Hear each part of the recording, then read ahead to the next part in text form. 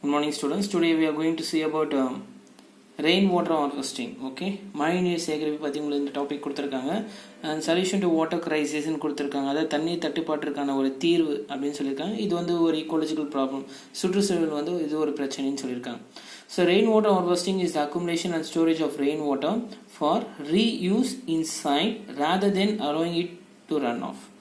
So மழை நீர் வந்து பார்த்தீங்கன்னா வழிந்தொழுதை அனுமதியாவது மீண்டும் பயன்படுத்தி, அந்த ரீயூஸ்ன்னு கொடுத்துருக்காங்க, மீண்டும் பயன்படுத்தும் விதத்தில் சேகரித்து சேமித்து வைப்பது தான் மழைநீர் சேகரிப்புன்னு சொல்லியிருக்காங்க.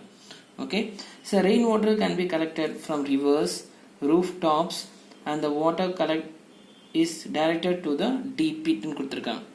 ஸோ உங்களுக்கு எப்படிலாம் வந்து ரெயின் வாட்டர் வந்து கலெக்ட் பண்ண முடியும் அப்படின்னா, அதாவது நதிகள் மற்றும் மாடி கூரைகளிலிருந்து மழைநீர் சேகரிக்கப்பட்டு அது ஆழ்குழிகளுக்கு, அதாவது டீப் பிட்னு கொடுத்துருக்காங்க. ஓகே, ஆழ்குழிகளுக்கு திருப்பப்பட்டு சேமிக்கப்படுகின்றன. அப்போ ஸ்ட்ரெயிட்டாக வந்து ரன் ஆஃப் ஆகக்கூடாது. ஸ்ட்ரெயிட்டாக வந்து மழை வந்து வழிந்தொழுவதை தடுக்கிறதுக்கு முக்கியமான வழிமுறை இதுதான். ஓகே, ஒரு ஆழமான குழியில் வந்து பார்த்தோன்னா அந்த வாட்டரை வந்து நம்ம சேமித்து வைக்கலாம்னு சொல்லியிருக்காங்க.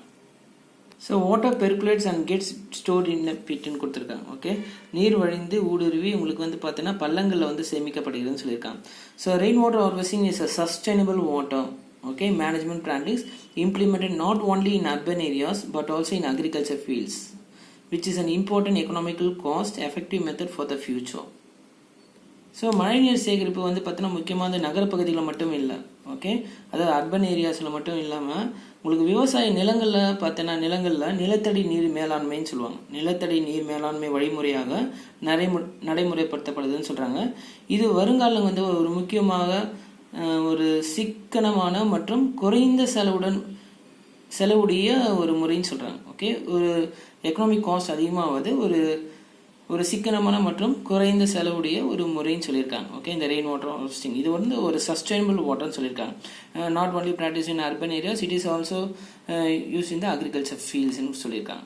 ஓகே, ஸோ உங்களுக்கு ஒரு பிக்சர் கொடுத்துருக்காங்க பாருங்கள். That is pictures of rain water harvesting structure in ஒரனியர்ஸ்ன்னு கொடுத்துருக்காங்க. ஒரனியர்ஸ்னால் பார்த்தீங்கன்னா ஒரு சேமிப்பு கட்டமைப்பு எப்படி இருக்கும், அதான் ஒரனியர்ஸ்ன்னு கொடுத்துருக்காங்க. ஃபார் எக்ஸாம்பிள் இங்கே பாருங்கள், ரெயின் வாட்டர் வரும்போது பார்த்தீங்கன்னா உங்களுக்கு அங்கே அந்த ரூஃபில் வந்து பார்த்தீங்கன்னா உங்களுக்கு அங்கேருந்து வாட்டர் வந்து ஒரு பைப் மூலமாக உங்களுக்கு அதாவது பார்த்தீங்கன்னா ஒரு வடிகட்டின்னு சொல்லுவாங்க. ஒரு மழை நீர் கால்வாய் ஏற்படுத்தணும். ஃபஸ்ட்டு ரெயின் வாட்டர் கேனால்னு சொல்லியிருக்காங்க. அதில் வந்து பார்த்தீங்கன்னா ஒரு குழாய் மாதிரி ஏற்படுத்தி உங்களுக்கு இந்த இடத்துல வந்து பார்த்தீங்கன்னா அந்த ரூஃபில் வந்து ஒரு குழாய் ஏற்படுத்தி அதுலேருந்து மணல் வடிகட்டின்னு சொல்லியிருக்காங்க. இதன் மூலம் மணல் வடிகட்டி மூலமாக ட்ரெயின் பைப், ஓகே, அதாவது சாண்ட் ஃபில்டர்னு கொடுத்துருக்காங்க. ஓகே, ஸோ அதுலேருந்து உங்களுக்கு வாட்டர் டேங்கில் கனெக்ட் ஆகுது. ஓகே, அதுலேருந்து உங்களுக்கு எங்கே கனெக்ட் ஆகுதுன்னா வாட்டர் டேங்கில் கனெக்ட் ஆகுது. ஸோ வாட்டர் டேங்க்கில் அதாவது பார்த்தீங்கன்னா உங்களுக்கு நீர்நிலை தொட்டியின் மூலமாக ஓவர்ஃப்ளோ பைப் டு வெல்னு கொடுத்துருக்காங்க. ஓகே, ஓவர்ஃப்ளோ பைப் மூலமாக உங்களுக்கு வந்து பார்த்தீங்கன்னா ஒரு கிணற்றில் வந்து பார்த்தீங்கன்னா சேமிக்கப்படுதுன்னு சொல்கிறாங்க.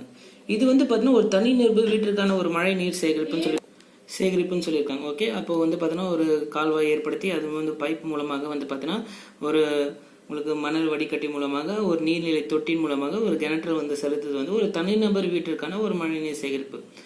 இதுவே வந்து பார்த்தீங்கன்னா இங்கே இருக்க வரக்கூடிய மழை நீர் வந்து பார்த்தீங்கன்னா உங்களுக்கு அடிச்சுட்டு போகாமல் உங்களுக்கு ஒரு இடத்துல வந்து சேகரிப்பு முறை வந்து ஒரு முக்கியமான வழிமுறையாக நம்ம வந்து பார்த்தீங்கன்னா ஏற்கனவே பின்பற்றியிருக்காங்க. நிறைய இடத்துல வந்து பார்த்தீங்கன்னா உங்களுக்கு சிறு பள்ளங்களும் ஏற்படுத்தி அங்கே வந்து பார்த்தீங்கன்னா சிறு கல்கள்லாம் போட்டு அதில் வந்து நீரை வந்து சேமித்து, அதாவது வீட்டு மாடியிலேருந்து வரக்கூடிய தண்ணீரை அந்த பைப் மூலமாக சேகரித்து வச்சுருக்காங்க. ஸோ இதனோட முக்கியமான நோக்கம் வந்து பார்த்தீங்கன்னா நம்மளோட அந்த வாட்டர் டேபிள், அந்த வாட்டர் லெவல் வந்து குறையாது. இப்போல்லாம் வந்து பார்த்தீங்கன்னா நிலத்தடி நீர் வந்து ரொம்ப ஆழமாக போயிடுச்சு, தண்ணி வந்து கிடைக்கிறது ரொம்ப கஷ்டம். ஓகே, ஸோ இதன் மூலமாக மழை நீர் வந்து பார்த்தீங்கன்னா ஒரு வீட்டுக்கான ஒரு தனிநபர் வீட்டிற்கான ஒரு மழை நீர் சேகரிப்புன்னு சொல்லியிருக்காங்க. இதுவே இப்போ என்ன பண்ணியிருக்காங்கன்னா ஒரு ஃபுல்லாக ஒரு இடத்துல வந்து பார்த்தோன்னா அது ஏரிகள் இல்லை குளங்களில் வந்து பார்த்தீங்கன்னா உங்களுக்கு அதை வந்து பார்த்தீங்கன்னா பராமரித்து அங்கே வந்து பார்த்தீங்கன்னா நீர் சேகரித்து வச்சுருக்காங்க. ஓகே, இதெல்லாம் வந்து ஒரு முக்கியமான ரெயின் வாட்டர் ஹார்வெஸ்டிங் சொல்லியிருக்காங்க. அதாவது ஒரு சமூகத்தில் ஏற்படக்கூடிய பிரச்சனைகளும் கூட சொல்லியிருக்காங்க. அதாவது solution to what means water crisis. Okay, தண்ணீருக்கான தட்டுப்பாட்டுக்கான ஒரு தீர்வு இருக்குன்னு சொல்லியிருக்காங்க. So environmental benefits of rain water harvesting அடுத்தது உங்களுக்கு கொடுத்தும்போது மழைநீர் சேகரிப்பு சுற்றுச்சூழல் பயன்கள்னு சொல்லும்போது பார்த்தோன்னா promotes adequacy of underground water and water conservation. நான் ஏற்கனவே இப்போ உங்களுக்கு சொல்லியிருக்கேன். அதாவது promotes அடிக்குவசி, தேவையான அளவு நிலத்தடி நீர் நம்மளுக்கு கிடைக்கும். அது மட்டும் தேவை மற்றும் நீர் பாதுகாப்பு ஊக்குவிக்கப்படுதுன்னு சொல்கிறாங்க. வாட்டர் கன்சர்வேஷன், வாட்டரை வந்து பாதுகாக்கிறது இப்படி தான். ஓகே, அடுத்தது மிட்டிகேட்ஸ் எஃபர்ட் ஆஃப் ட்ராட், வறட்சி ஏற்படுது, வறட்சியிலேருந்து அந்த கடுமையை வந்து நம்ம மட்டப்படுத்திடலாம், அதை வந்து தடுக்கலாம்னு சொல்லியிருக்காங்க.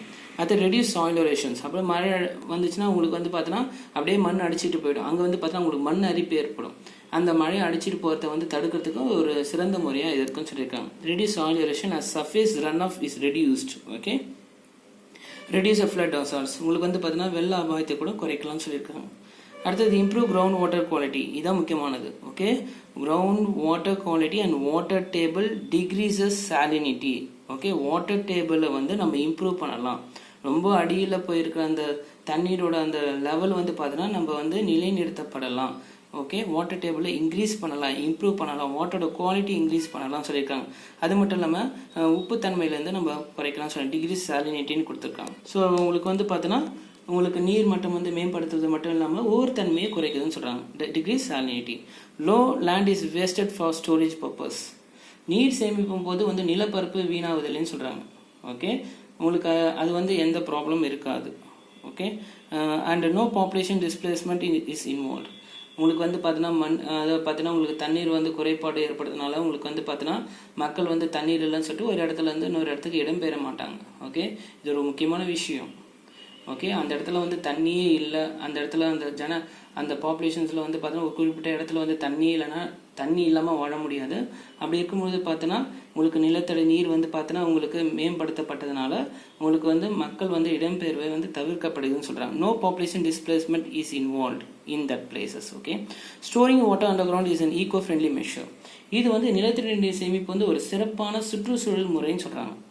ஒரு ஈகோ ஃப்ரெண்ட்லி வேர்டு எங்கெல்லாம் வருதோ அங்கே வந்து பார்த்தீங்கன்னா ஈகோ சிஸ்டம் பாதுகாக்கப்படுதுன்னு அர்த்தம். Okay, so eco friendly measures and a part of sustainable water storage. Okay, அது ஸ்டோரேஜ் ஃபார் லோக்கல் கம்யூனிட்டிஸ்ன்னு கொடுத்துருக்காங்க. அது உள்ளூர் சமூகத்திற்கு உகந்த நிலையான நீர் சேமிப்பு உத்தியின் ஒரு பகுதியாகும். இது ஒரு முக்கியமான உத்தி தான், ஒரு முக்கியமான ஒரு செயல்பாடு தான் உள்ளூர் சமூகத்துக்கு. ஓகே, ஸோ உங்களுக்கு வந்து பார்த்தீங்கன்னா environmental benefits for rain water harvesting கொடுத்துருக்காங்க. மழைநீர் சேகரிப்பதுன்னு சுற்றுச்சூழலோட பயன்கள் என்னென்னு கொடுத்துட்டாங்க. Okay, sir rain water harvesting பற்றிலாம் சொன்னீங்க, மழைநீர் சேகரிப்பை பற்றிலாம் சொன்னீங்க, இது வந்து ஒரு சுற்றுச்சூழல் பிரச்சனை கூட சொல்லியிருக்கீங்க. அடுத்தது இம்பார்ட்டன்ட் ஆஃப் லேக்ஸ், ஏரிகளின் முக்கியத்துவம் என்ன சார் அப்படின்னு சொல்லும்போது water bodies like lakes ponds not only provide us a number of environmental benefits but they are strengthen our economy as well as our quality of life like health. So ஏரிகளோ இல்லை வந்து பார்த்தீங்கன்னா உங்களுக்கு குளங்கள் போன்ற நீர்நிலை தொகுப்புகள் வந்து பார்த்தீங்கன்னா பல்வேறு சுற்றுச்சூழல் பயன்பாடுகள் அளிப்பதோடு இல்லாமல் நம்மளுக்கு வந்து பொருளாதாரத்தை பயன்படுத்தி, அதாவது நம் தரமான ஒரு சுகாதார வாழ்விற்கு வந்து பார்த்தீங்கன்னா வழிவகுத்து சொல்கிறாங்க. ஓகே, ஒரு நல்ல என்வரான்மெண்டல் பெனிஃபிட்ஸ், நம்மளுக்கு வந்து ஒரு பாதுகாப்பு இருக்குது, ஒரு சுகாதார வாழ்வுக்கான ஒரு வழிவகுத்துன்னு சொல்கிறாங்க. எதுனா உங்களுக்கு ஏரிகளோட முக்கியத்துவம் பற்றி சொல்லியிருக்காங்க. So lakes as a storage of rain water, provides drinking water, improve groundwater level and preserves the freshwater biodiversity and habitat of the area where it occurs. Okay, ஏரிகள் வந்து மழை நீர் வந்து சேமித்து வைக்குதுன்னு சொல்லியிருக்காங்க. ஓகே, நான் ஏற்கனவே சொன்னேன் ரெயின் வாட்டர் வந்து ஸ்டோரேஜ் பண்ணோம். ஓகே, ரெயின் வாட்டர் என்ன பண்ணோம், ஸ்டோரேஜ் பண்ணோம். அது மட்டும் இல்லாமல் நமக்கு வந்து பார்த்தீங்கன்னா குடிநீர் வந்து கிடைக்குது அதுலேருந்து. ஓகே, ட்ரிங்கிங் வாட்டர்னு சொல்லியிருக்காங்க. அப்புறம் நிலநீர் வந்து பார்த்தீங்கன்னா நீர் மட்டத்தை வந்து உயர்த்தப்படுது. இம்ப்ரூவ் கிரவுண்ட் வாட்டர் லெவல் ரொம்ப important and preserves the fresh water diversity. உங்களுக்கு வந்து பார்த்தீங்கன்னா இதன் மூலம் வந்து பார்த்தீங்கன்னா அங்கே இருக்கக்கூடிய டைவர்சிட்டி வந்து உங்களுக்கு தூய்மையாக இருக்குது. ஓகே, உங்களுக்கு அந்த வாழ்விடங்கள் வந்து பாதுகாக்கப்படுது, அந்த ஹேபிட்டேட் சொல்லியிருக்காங்க, அந்த வாழ்விடங்கள் வந்து பாதுகாக்கப்படுது. அப்போது இதுதான் வந்து பார்த்தீங்கன்னா ஒரு ஏரிகளோட முக்கியத்துவமாகவும் சொல்லியிருக்காங்க. In terms of services, lakes offer sustainable solution to key issues of water management and climatic influences. Okay, அதாவது பார்த்தீங்கன்னா உங்களுக்கு ஏரிகள் வந்து நீர் பராமரிப்பு மற்றும் காலநிலை தாக்கம்னு சொல்கிறாங்க. நீர் பராமரிப்பு அதை வாட்டர் மேனேஜ்மெண்ட் கொடுத்துருக்காங்க. அடுத்தது காலநிலை தாக்கங்கள் போன்ற முக்கிய பிரச்சனைகளுக்கும் தொடர் தீர்வாக இது இருக்குன்னு சொல்கிறாங்க. ஓகே, ஒரு சஸ்டைனபிளாக இருக்கணும், ஒரு முக்கியமான இஷ்யூஸாக இருக்குன்னா எதெல்லாம் பார்த்தீங்கன்னா வாட்டர் மேனேஜ்மெண்ட் தான். ஒரு நீர் பராமரிப்பு ரொம்ப முக்கியமானது. அது மட்டும் காலநிலை தாக்கங்கள் ஏற்படும். ஓகே, அண்ட் இதெல்லாம் வந்து பார்த்தீங்கன்னா ஒரு முக்கியமான இஷ்யூஸாக இருக்குன்னு சொல்கிறாங்க. ஸோ அண்ட் பெனிஃபிட்ஸ் லைக் நியூட்ரியன் ரிட்டென்ஷன்ஸ், என்னெல்லாம் தீர்வுகள் அப்படின்னு சொல்லும்போது பார்த்தீங்கன்னா மேலும் நுண்ணூட்ட வந்து பார்த்தீங்கன்னா பொருட்களை வந்து தேக்கி வைக்கும். நியூட்ரியன்ஸ் வந்து பார்த்தீங்கன்னா அந்த மண்ணில் இருக்கக்கூடிய நியூட்ரியன்ஸ் அப்படியே ரிட்டென்ஷன் ஆகும். இப்போ உங்களுக்கு வந்து பார்த்தீங்கன்னா ஏரிகள் அந்த பார்த்தீங்கன்னா அந்த தண்ணீர் அங்கேயே இருக்குது, அங்கே வந்து பார்த்தீங்கன்னா எந்த பாதிப்பும் இல்லை, உங்களுக்கு மழை அடிச்சின்னு போகுது, அப்போ பார்த்தீங்கன்னா மழை வரும்போது பார்த்தீங்கன்னா அங்கே உங்களுக்கு ரன் ஆஃப் ஆகுது, அப்போ சாயில் எரோஷன் ஏற்படுது, அங்கே இருக்க நியூட்ரியன்ஸ்லாம் அடிச்சுன்னு போயிடும். அப்படிலாம் இல்லாமல் உங்களுக்கு வந்து பார்த்தீங்கன்னா ஏரிகள் மூலமாக வந்து பார்த்தீங்கன்னா உங்களுக்கு அங்கே இருக்கக்கூடிய நியூட்ரியன்ஸ் வந்து ரிட்டென்ஷன்ஸ் ஆகுதுன்னு சொல்கிறாங்க. ஓகே, பொருட்கள் தேக்கி வைப்பதற்கு முக்கியமாக இருக்குது. அது பார்த்தீங்கன்னா இன்ஃப்ளூயன்சிங் லோக்கல் ரெயின்ஃபால், அது மட்டும் இல்லாமல் உங்களுக்கு என்னென்னா உள்ளூர் மழை வந்து பொழிவிற்கு ஒரு வழிவகையாக இருக்குதுன்னு சொல்லியிருக்காங்க. அதுக்கடுத்து ரிமூவல் ஆஃப் பொல்யூட்டன்ஸ், உங்களுக்கு மாசுக்கள் ஏற்படுத்த அது அகற்றப்படும் சொல்கிறாங்க. உங்களுக்கு பாஸ்பரஸ் மற்றும் நைட்ரஜன் அதாவது மற்றும் கார்பன் சேகரிப்பு இவை வந்து முக்கியமாக இருக்குதுன்னு சொல்கிறாங்க. இந்த பாஸ்பரஸோ இல்லை நைட்ரஜனோ கார்பன் செக்வஸ்ட்ரேஷனுக்கோ எல்லாம் வந்து பார்த்தீங்கன்னா இந்த ஏரிகள் தான் உங்களுக்கு ரொம்ப இம்பார்ட்டண்டாக உதவுதுன்னு சொல்லியிருக்காங்க. ஓகே, இதெல்லாம் வந்து importance of what means lakes. Okay, இதன் மூலமாக நம்மளுக்கு வந்து ஒரு காலநிலையோ இல்லை வாட்டர் மேனேஜ்மெண்ட்டோ ஒரு கீ இஷ்யூஸ் வந்து ஒரு சஸ்டைனபிளாக இருக்குது, எந்த ப்ராப்ளமும் இல்லை, நிலைநிறுத்தப்படுது அப்படின்னு சொல்லிட்டு உங்களுக்கு இம்பார்ட்டன்ஸ் ஆஃப் லேக்ஸ் பற்றியும் கொடுத்துருக்காங்க. Okay, thank you students.